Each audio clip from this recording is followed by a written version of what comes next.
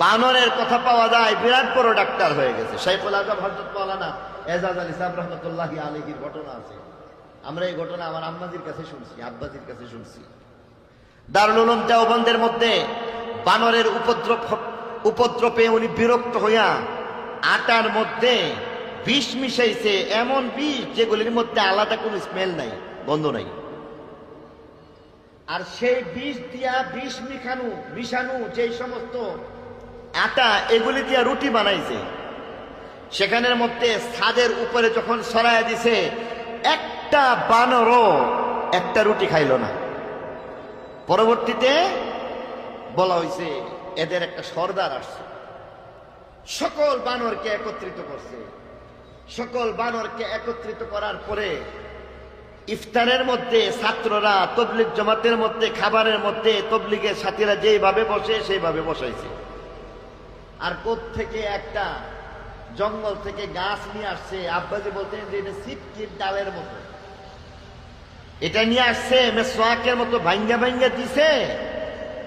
আর একটা একটা করে রুটি, একবার একটা রুটি কামড় দিতেছে, আরেকবার এই সিটকির ডালের মধ্যে কামড় দিতেছে। কামড়ায় কামড়ায়া এই শত শত রুটি খাইছে, একটা বানরও কিচ্ছু হয়েছে না, একদম সুস্থ ছিল, তার কোনো সমস্যা হয়েছে না।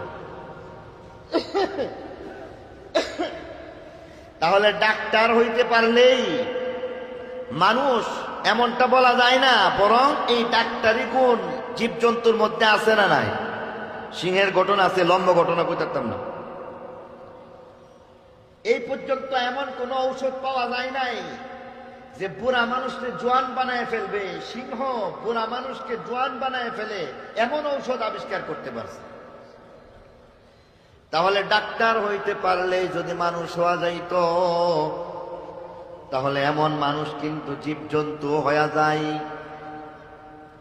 বলতে পারেন যদি একজন বড় ইঞ্জিনিয়ার হওয়া যায় তাহলে মানুষ হইতে পারত।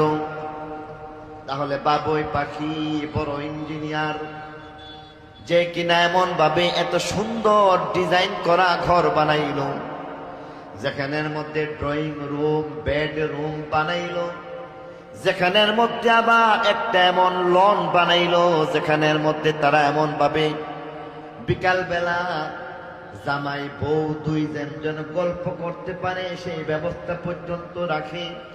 বোঝা গেল ইঞ্জিনিয়ার হইতে পারলে মানুষ যদি হয়ে যাইত, তাহলে বাবুই পাখি নিঃসন্দেহে মানুষ হয়ে যাইত, ঠিক কিনা? বোঝা গেল ডাক্তার হওয়ার দ্বারা মানুষ হওয়া যায় না।